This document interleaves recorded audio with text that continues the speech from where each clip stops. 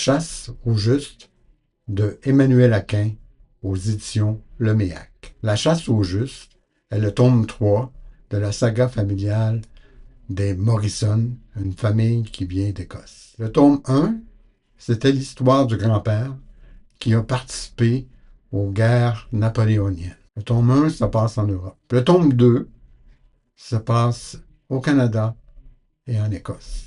La famille du grand-père est obligée de quitter l'Écosse, forcée par les Anglais, de s'établir au Canada, dans les cantons de l'Est, près du lac Mégantic. Le tome 3 couvre la fin du 19e siècle. C'est l'histoire de l'héritier des Morrison. Il est né au lac Mégantic, mais il quitte le lac pour aller dans les territoires du Nord-Ouest et revenir au lac Mégantic plus tard, en passant par le Texas. Ils se feront pendre haut et court par des cordes faites en chapelet. Quant à nos sacrifices douloureux pour maintenir notre identité, notre culture et notre religion, ils seront balayés du revers de la main avec dédain. Personne ne se souviendra que les cantons de l'Est ont été défrichés par les Highlanders.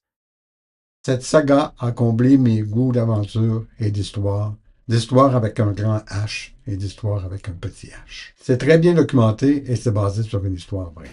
Till you know the story. Fine you are to me. And you to me. Of Rob Roy.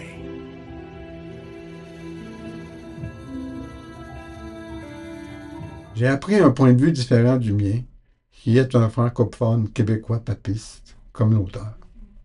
J'ai appris le point de vue des Écossais qui ont créé la communauté près du lac Mégantic. Le tome 3, c'est 700 pages remplies d'aventures.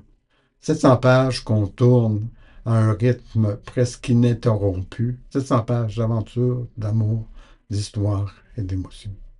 C'est pourquoi je donne la note 4 sur 5 à cette saga des Morrison au lac Mégantic. Merci à Emmanuel Aquin d'avoir créé cette saga pleine d'aventures, d'histoire et d'émotions.